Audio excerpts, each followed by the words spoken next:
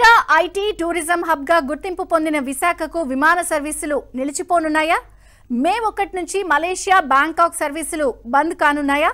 ఆర్థిక పారిశ్రామిక రాజధానిగా పేరున్న విశాఖకు సర్వీసులు పెంచాల్సింది పోయి తగ్గించడం పట్ల ఎన్నో అనుమానాలు వ్యక్తమవుతున్నాయి.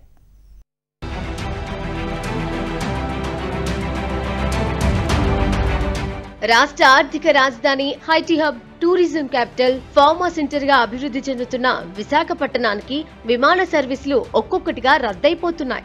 కొత్త సర్వీసులు రావాల్సింది పోయి ఉన్న వాటినే తీసేయడం ఏమిటో ఎవరికి అంతుబట్టడం లేదు. విశాఖపట్నం నుంచి ఇంతకు ముందు 5 అంతర్జాతీయ విమాన సర్వీసులు నడిచేవి. కరోనా సమయంలో అవన్నీ ఆగిపోయాయి.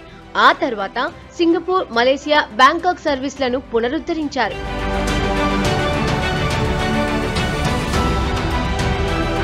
దుబాయ్ విమానం కూడా తెస్తామని కేంద్ర పౌర విమానయాన శాఖ మంత్రి కె రామ్మోహన్ నాయుడు హామీ ఇచ్చారు. అది నెరవేరక ముందే ప్రస్తుతం ఉన్న 3 సర్వీసుల్లో 2ంటికి బుకింగ్స్ నిలిపివేశారు.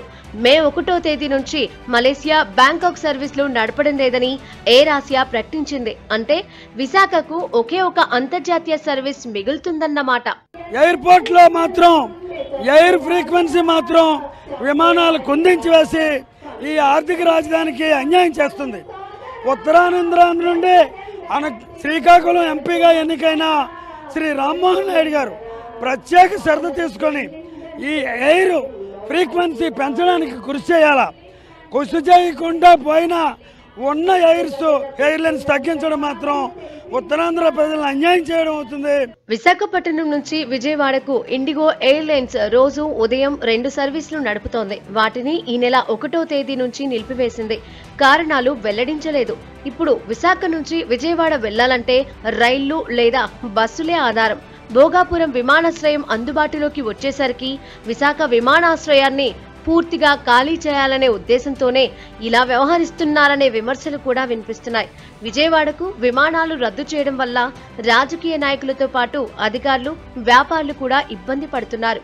వెంటనే విజయవాడ విమాన సర్వీసులు పునరుద్ధరించాలన్న డిమాండ్ పెరుగుతోంది.